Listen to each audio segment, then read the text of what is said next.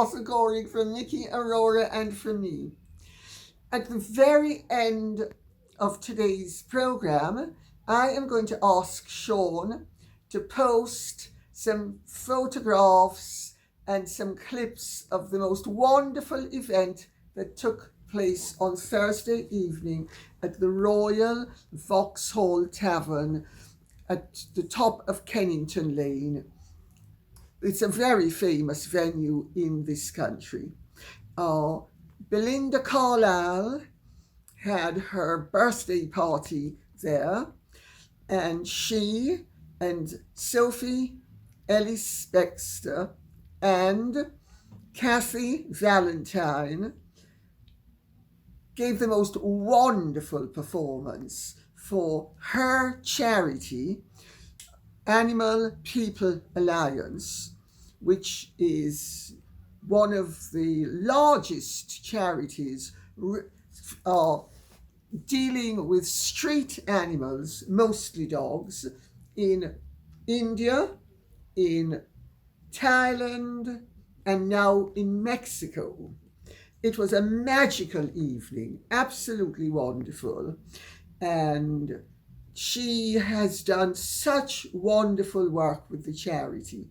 And I helped with the auction. And I was a little bit naughty. So I'm going to post that as well, because you can see how naughty I can be, hopefully in a nice way.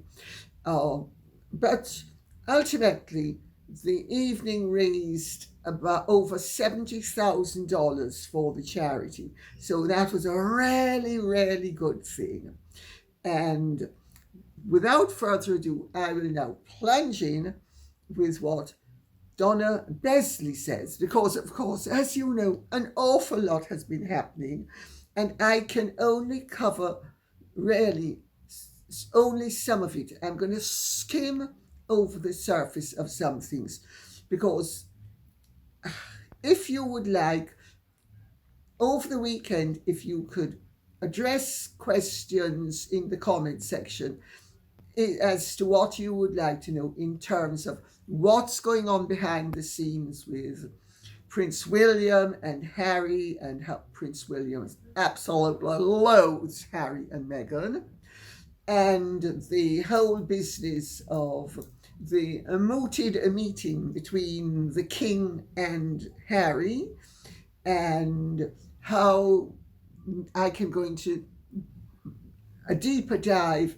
as to what's going on with Netflix and Megsy Baby. I'm going to touch upon that today, but there are all sorts of things going on. And of course, there are all sorts of things going on in the world.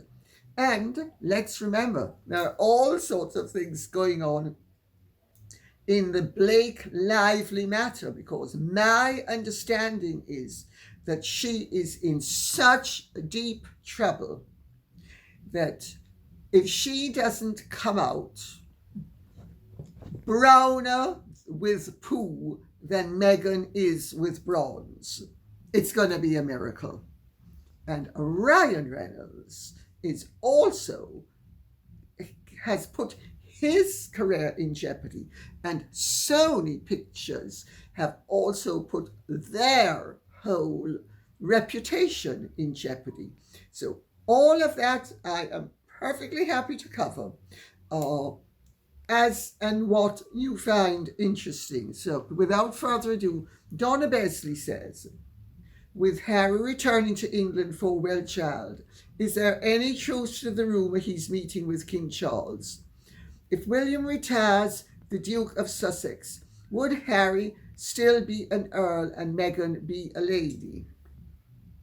Meghan will never be a lady, even when she has the use of the title of Countess, and would be known ordinarily as Lady Dumbarton. But she's never going to be known as Lady Dumbarton, because if Harry was stripped of his peerages, the primary one is the Dukedom of Sussex, then there are two other titles that go along with it.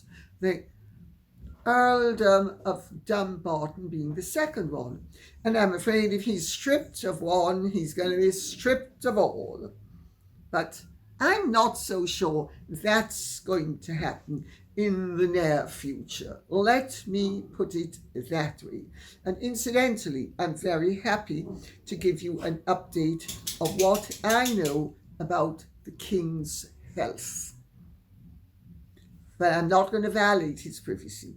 Okay? So if you want to know all of this stuff, just let me know. So Meghan is never going to be Lady Dumbarton. And the rumour that he's meeting with the King, well, the King has weekly treatment in London, and he has to have it in London. And he is here once a week for certain treatment, which I'm not going to go into the details about. Harry is also going to be in London that day. It's going to be a Monday. Is Charles in any danger of meeting with Harry? The last time Charles met with Harry, it was such an unpleasant experience. And the consequences afterwards were so predictable. Oh, Gail, Gail.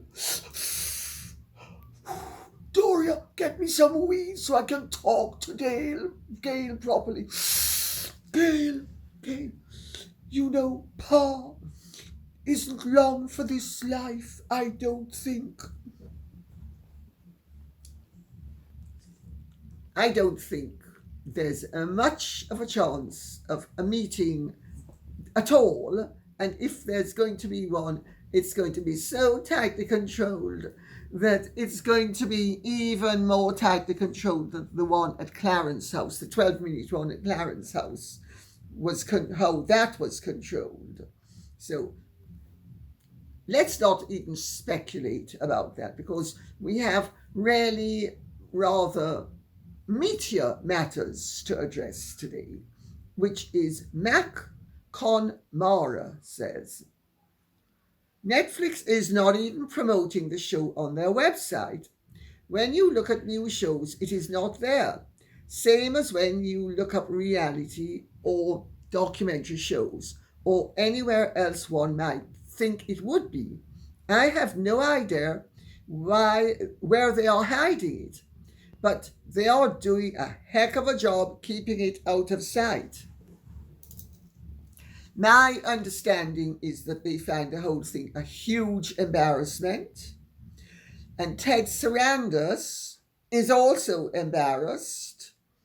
And even though he tried to flog that dead horse and get it to come to an approximation of life and maybe even win the race, it's still a corpse.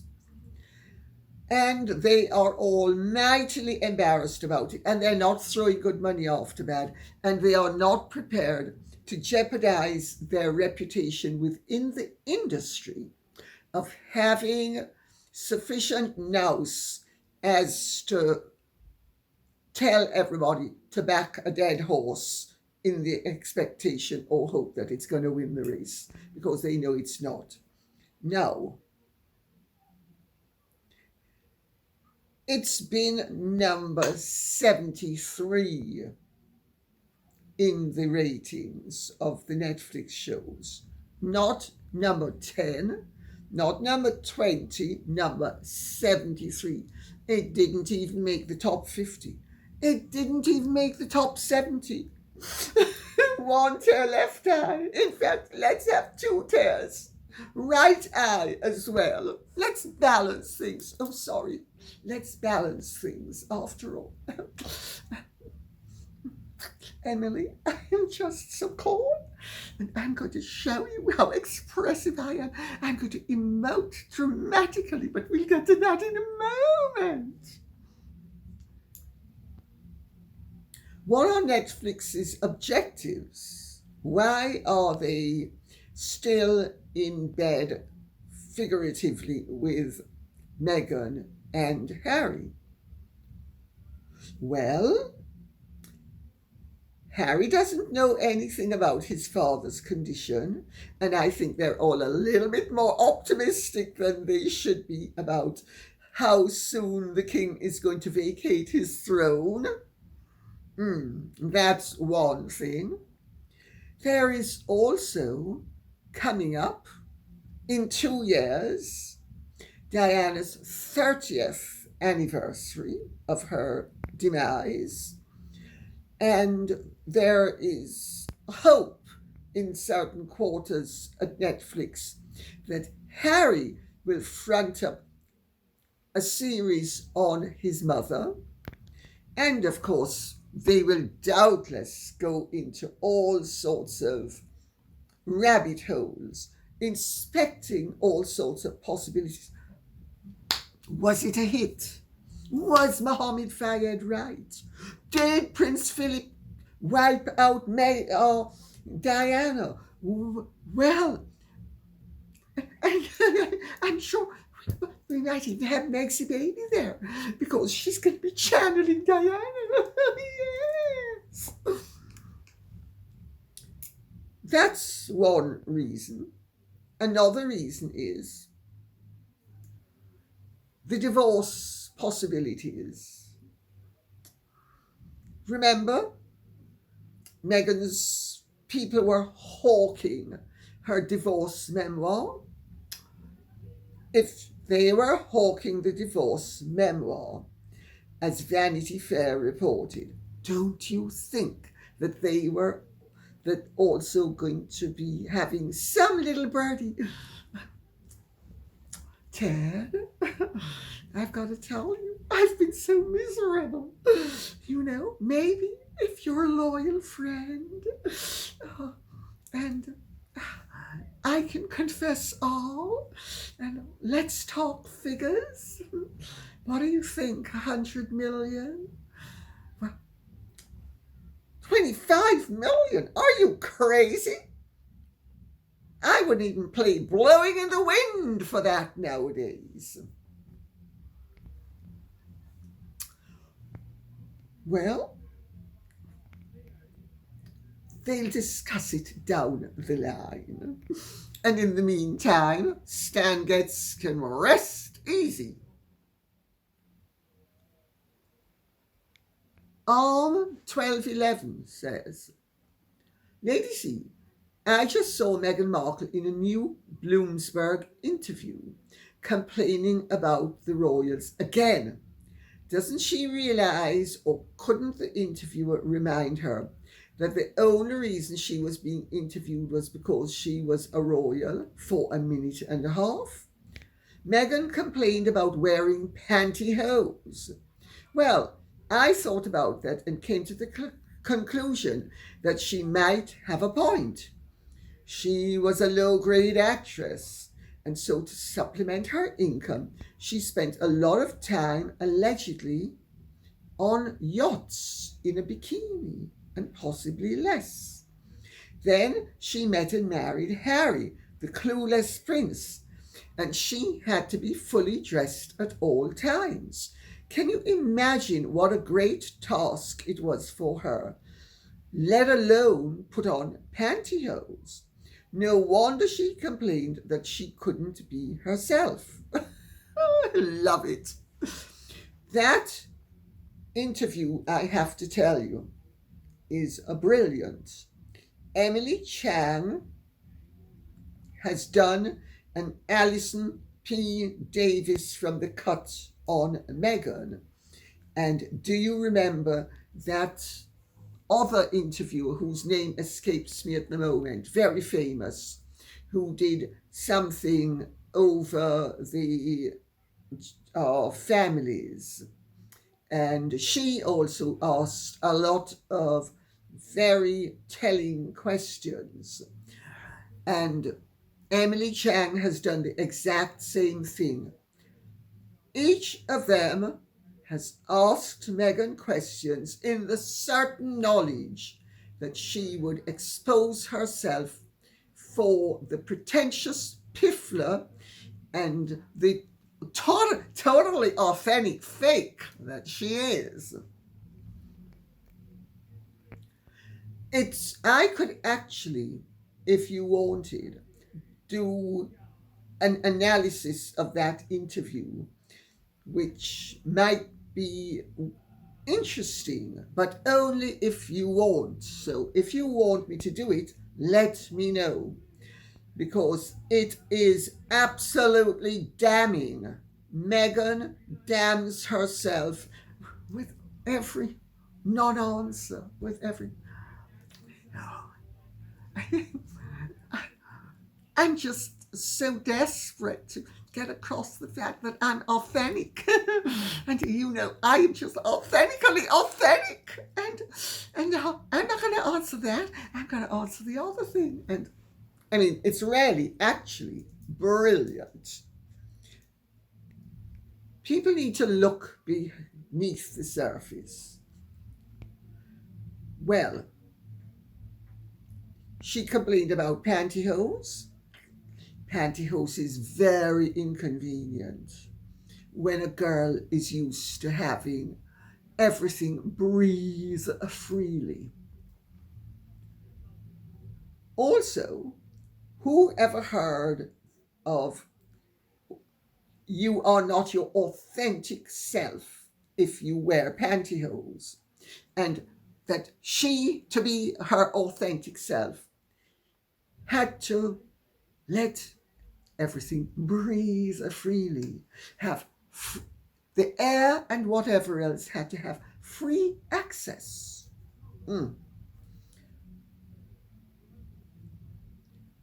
She doesn't realize what an ass she makes of herself at every turn.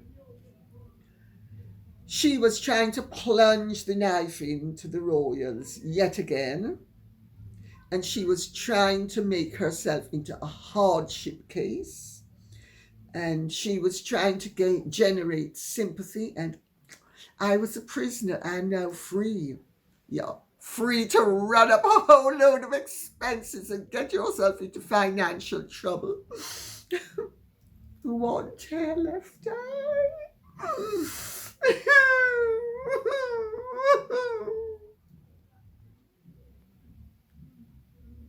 Pegasus says, Dear Lady C, in Meghan's interview with Bloomberg, she said, they have to pay bills, but to the detriment of others. She said this about the people who make videos about her and criticize her or make fun of her.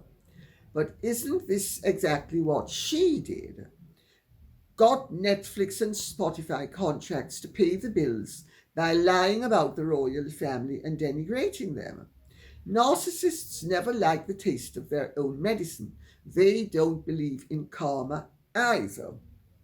Well, I have a slightly different take on that comment, but I see where you're coming from with it.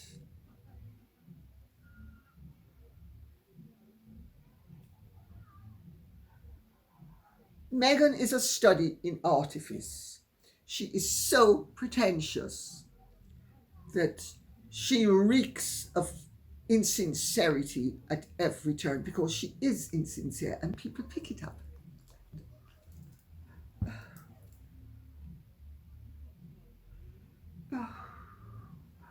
Oh. Interesting question. I'm not going to answer it. I'm going to answer something else because I'm just so clever.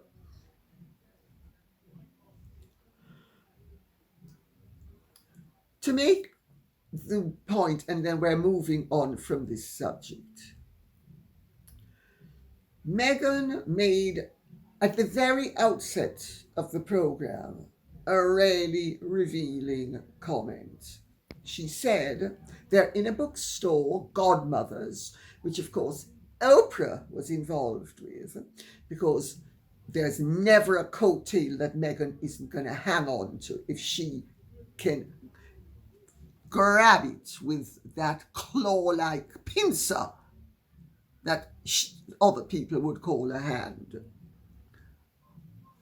She says that she confesses within the first few minutes of the interview that I haven't gotten into a book in a long time, implying that the reason why is because I've got 2 kids of 4 and 6, and she's so busy with the kids, despite having the nanny who wants to become the house manager and the assistant nanny, and she does so busy she has no time to read a book because of the 2 kids whom I understand she sees very little of.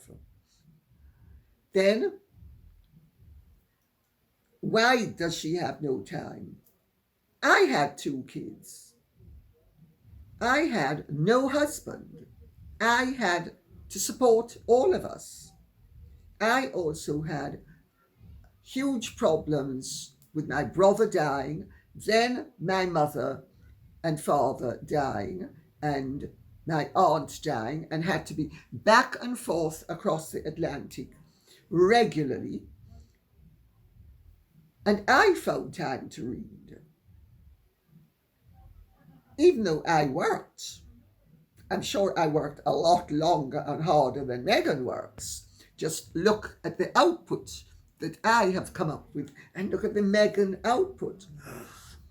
Well, I've done in 5 years what that horrid woman does in 2 weeks. Think about it. Meghan's output has been in 5 years what mine is, well, let's be generous, in a month. Think about it. But she doesn't have time to read books. The reason why she doesn't have time to read books is she never read books. When she discovers, as she might one of these days, that Queen Camilla has a book club, I'm sure she's going to decide that she is an avid reader. Samantha McCarthy says, "Hello, I honestly can't believe Meghan Markle's still talking about the royal family after how many years? She will never move on. How can she move on? It's the only thing she has to sell. The rotten personality, the total lack of authenticity, the act that everybody can see through. The only thing that is of any interest to anybody where Meghan is concerned is because she is connected to the royal family. Why do you think Netflix has them tied up so tightly that they have to show Netflix first refusal of everything because of the royal connection? And may I make a point that is really important to make? Netflix is now in bed with the king. Netflix is not going to, shall we say, look to the 3rd tier when they can have the 1st tier. So let's consider that as a possibility.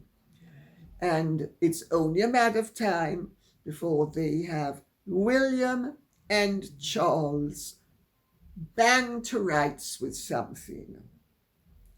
It will suit William and Charles. Well, it already suits Charles. And it will suit Netflix. Harry and Meghan are going to be toast. 10 tears left eye. And of course she can't move on. How can she move on? Everything she's tried that has no connection to the royal family has failed. Everything he has tried that has no connection to the royal family has failed. Their only interest is in his royal status. That otherwise nobody is interested, but people should be interested because there is a bigger picture here, and it's not because they're royal, although their royal status provides the stage upon which the drama is set. It is that Harry and Meghan are a Greek tragedy being played out on the world stage. They are so instructive of not only great sins, great failings, great wasted opportunities, but also how to really cock it up and do it effectively. A great morality tale. Lovely garden days, some of these names. In the Bloomberg interview, Meghan Markle stated, "I don't have time to cook for the family every evening. Who has time for that?" She was very disparaging. Then she said, "In this time of financial constraints, we have to make our products more affordable." The woman is unhinged. Try working 3 jobs to feed your family, Mimi. She is unhinged. She is totally tone deaf. But this is true of many narcissists, and it's also true of many sociopaths. And it's certainly true of many Machiavellian personalities. They have an absolute antenna that is beyond compare for the atmosphere and for the change in your tone insofar as it affects them. But they have absolutely no empathy. They have decided what their act is going to be, and this is what they are going to cram down your throat, whether you are receptive or not. And if you give signs of lack of receptivity, they are going to go hell for leather to convince you by ratcheting up the energy levels. In other words, they're going to speed up things to dominate you more readily.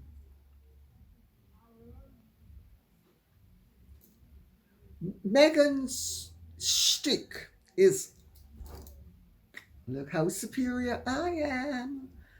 I'm the most wonderful, special person in the world.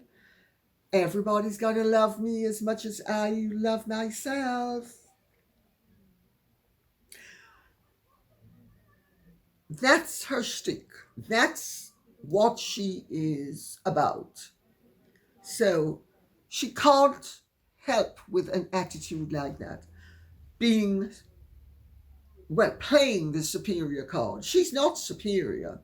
She knows underneath it all, she is a pathetic, self-hating woman of colour who absolutely loathes the fact that she wasn't born white and has spent her whole life in environments where she was actually on the lower end of the totem pole and wanted to be on the upper end of the totem pole. Sometimes it's maybe not a good idea to send a child with very few natural advantages and put them in an environment, or put it, because it's singular, we're speaking about one child, put it in an environment where it is surrounded by those who are better off, more advantaged, because it can actually, if the child has sufficient intelligence to notice it might develop a massive inferiority complex. And this is one of the things both Harry and Meghan have in common. Harry, by being placed at Eton, he should have been sent to Gordonston.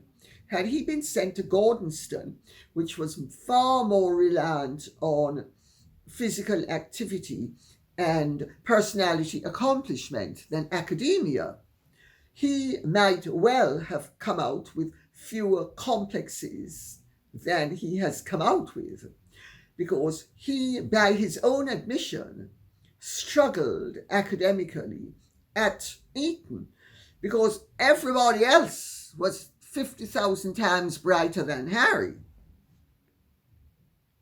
And that's not an exaggeration, by the way, says I naughtily. So he has always known he was inadequate, and Meghan has always felt she was inadequate because she had the hair that belied her sub-Saharan African heritage. She had the nose that belied her sub-Saharan African heritage. She had the mouth that belied the sub-Saharan heritage. She had the quality of skin, but not the skin color that belied her sub-Saharan heritage. And she set about eradicating all signs of what she clearly thought was a disadvantage. You see, they do have an inferiority complex in common.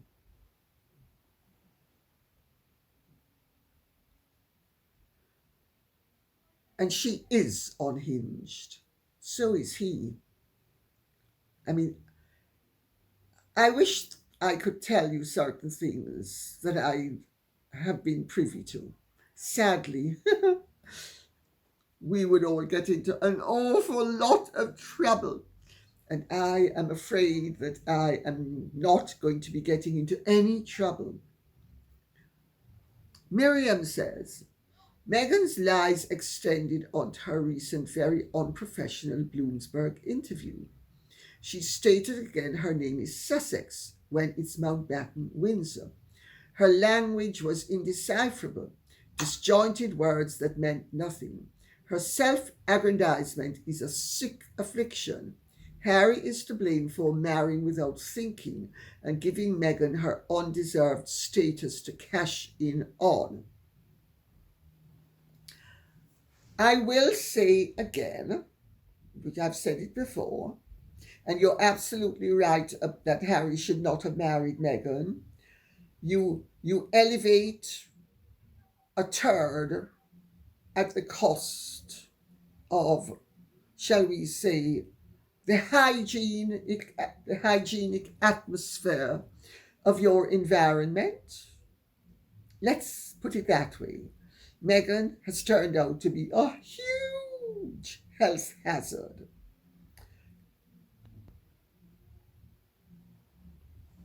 Well, saying all of that, his surname is Mountbatten-Windsor.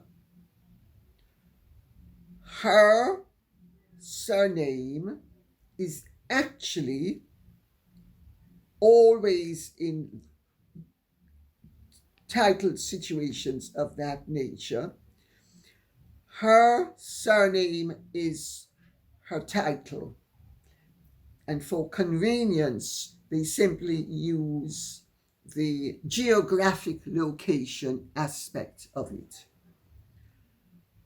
Her surname is not Mountbatten-Windsor. The children were registered as Mountbatten-Windsor because they were not Prince and Princess anything of Sussex.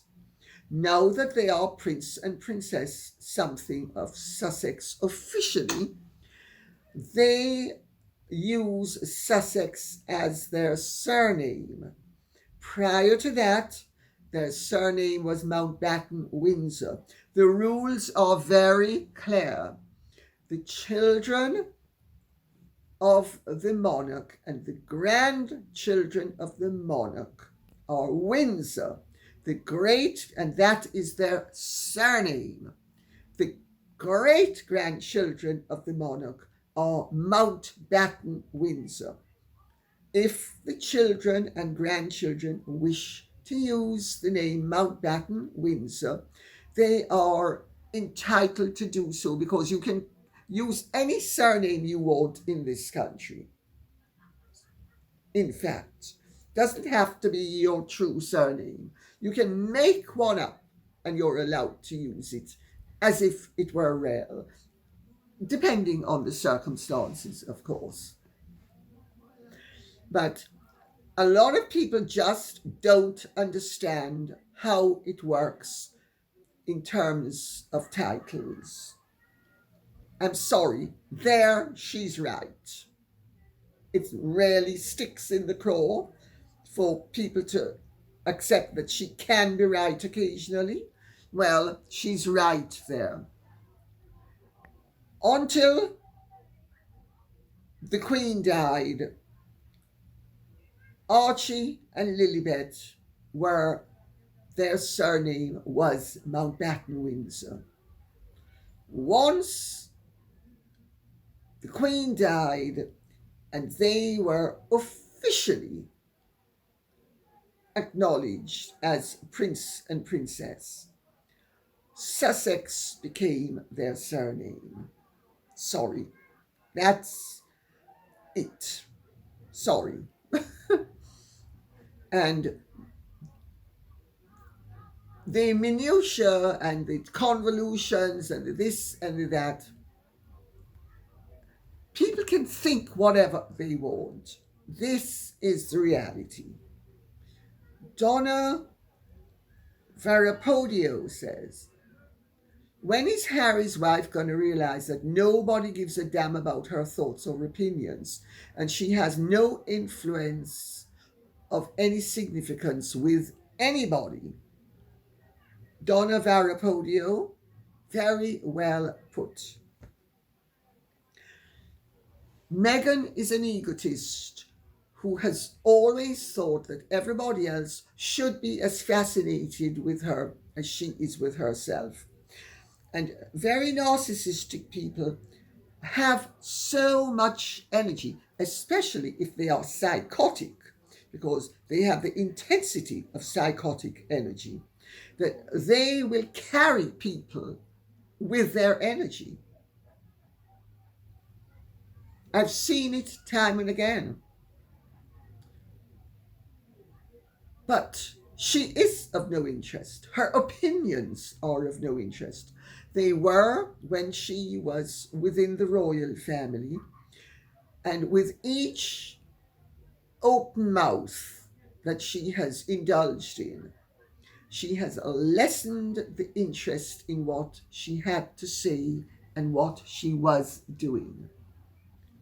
So now, you're absolutely right. Nobody gives a continental damn about what she thinks, how she feels, what her opinions are, except her die-hard followers, who on a daily basis are shrinking exponentially. And we will end with what Louise Sears says. Didn't the mixologist say he didn't watch basic cable when she asked if he watched Suits? I thought that was hilarious. Many people have alluded to that. Yeah, I thought it was hysterical. I mean, Meghan had to get in I was a star of Suits. I was a star of Suits. And he just blew it off. And what was really telling about it is Netflix kept that in.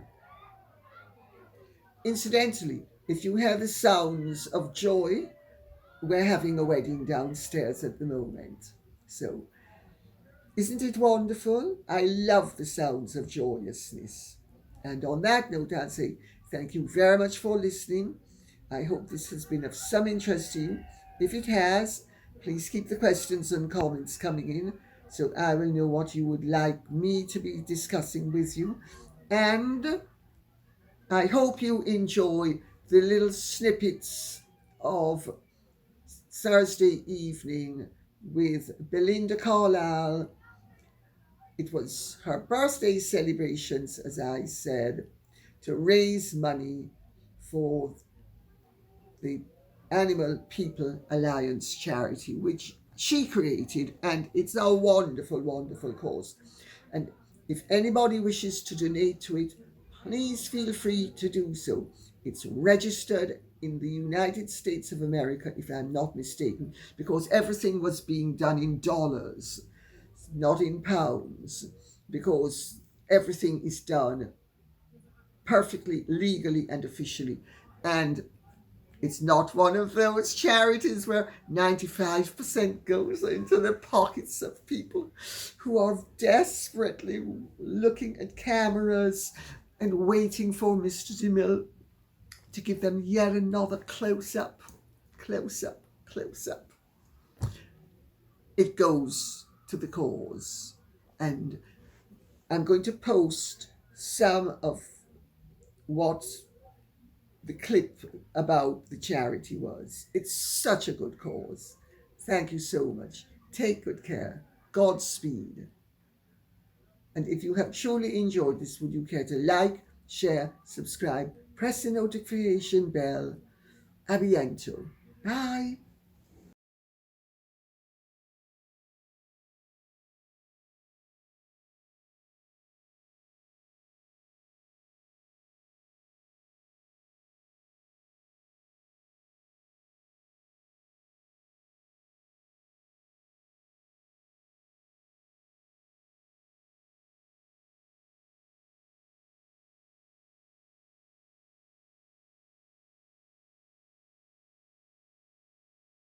For 5 years, we've been voted the top animal NGO in the state of Bengal, which is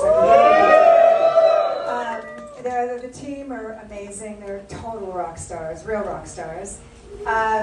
They're always on TV in India, and they're big stars, actually. So, but they do amazing work, and I feel like really humbled by their work. I've got to ask you, we did see a bit of an exclusive announcement on the video about Mexico. Yes. Well, I've always wanted to have a donkey sanctuary, and I know. So about, well, when you moved to Mexico, my husband and I, who's here tonight, my son, I knew it was going to happen. I didn't know how, and it's just weird how things happen. I just put it out to the universe. I knew it was going to happen, but I just had no idea. So it ended up being, I had a knee replacement. This is a boring story, but I had a knee replacement. And the wife of my physical therapist is Mexican. And she says, oh, I know the perfect person for you. So we met they're called Charrles. It's a family of Mexican cowboys, generational. And they have a big ranch near San Miguel de Allende. And yeah, it's happening. I mean, we met with them. They're really super nice people, and they're into it. And so now we're just in the process of doing budget stuff. And I would say, realistically, maybe around 6 months, we should be breaking ground. So, yeah, it's happening. We also, Mark, I just wanted to ask you quickly, we also do, and I've been on 2 of these, the most amazing Animal People Alliance volunteer trips, don't we? Which are incredible. Tell us a bit about them. Yeah, anybody can visit us at any of our sites. So the one in Kolkata is not for the faint-hearted, but Steve's been there a couple of times. If anybody wants to visit any of our projects and soon Mexico, well, I'm sure we'll be doing volunteer trips. Yeah, absolutely. India, Thailand, and you heard it here first here, Mexico, big plans to come. Belinda, thank you so much. Thank you, Mark, as well. Thank you. Give it up for the wonderful work they're doing. Happy birthday. Happy birthday. Happy birthday. Happy birthday. Happy birthday. Happy birthday. Happy birthday.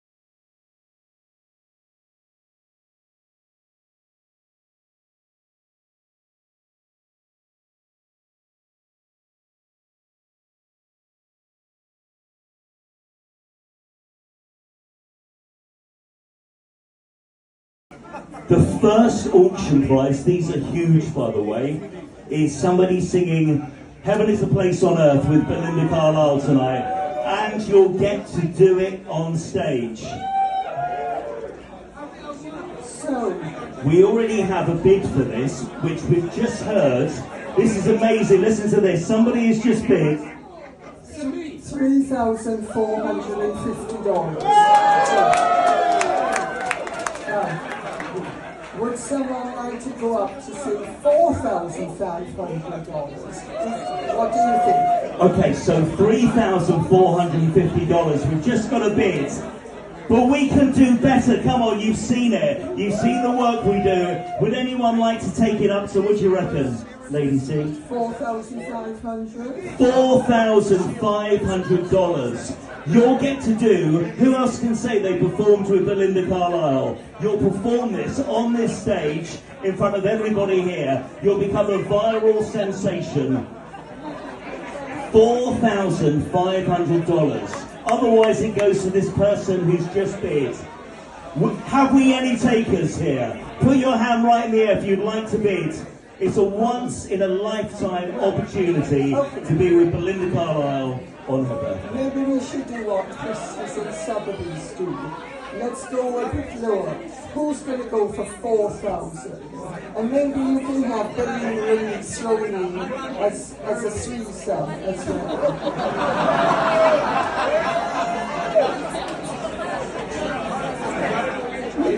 I'm starting to sweat. Hopefully they will too. I forgot what you said after that. 4,000 was it? 4,000. 4,000, okay. We've got £3,450 dollars, but we can take it up to 4 for you. Put your hand in there in the air if you're interested, otherwise it'll go to this person. It's a wonderful amount of money that will go straight to APA. Should we do the whole? Oh! You're doing $4,000. $4,000, okay.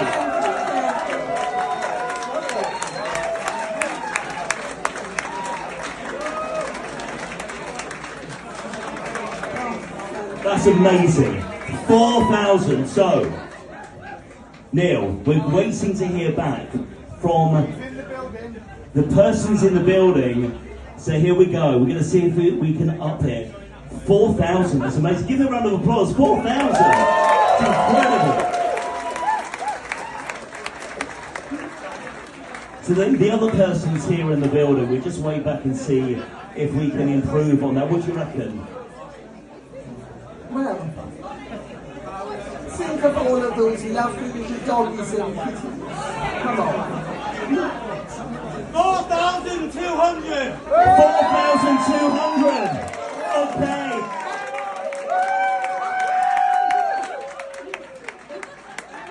Wow.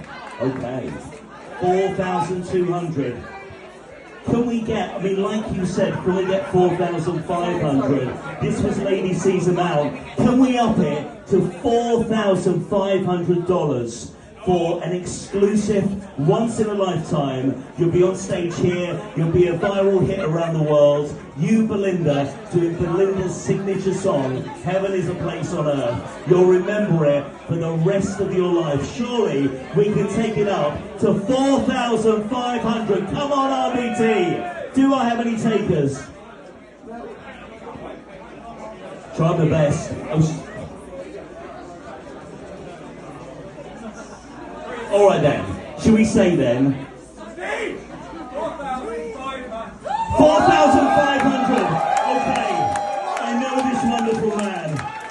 Oliver. Really? 4,000. This is incredible. 4,500. Knock it down. Once. Going once. 4,600. I missed that, sorry. 4,600. 4,600. Okay. Shall we knock it down with that? Going Hold on. once. Can we? Go. What? Going once, going twice. This is your last chance. Going 3 times, done. Okay, all right. Amazing. Wow, amazing.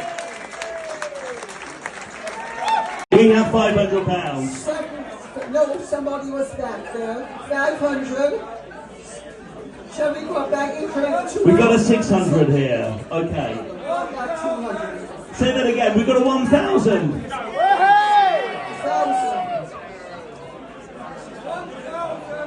1,000. We've got 1,000 there. Great. How much? 2,000. £2,000 here. Okay. Amazing. Can we do more than 2,000? Sophie Ellis-Bextor, come on. You'll be the main star on her record, duetting with her. So we got, how much? 2 grand? Okay. Going once. Going twice. 2,100. Okay. Wonderful. It'd be great if we could get 2.5 grand, don't you think, Lady C? Okay. Anybody want to go up to 2,500?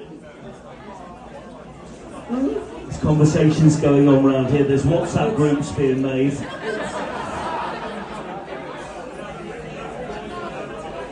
Okay, going once, going twice, last chance. $2,200. Okay, on the front. All right, amazing stuff.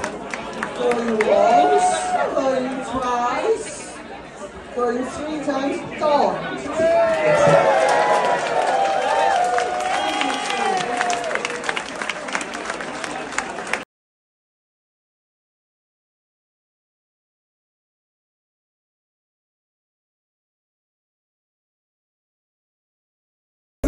I can't believe it. I didn't press the button. I've been on Charrles for a year piece of cake. And then I lost 20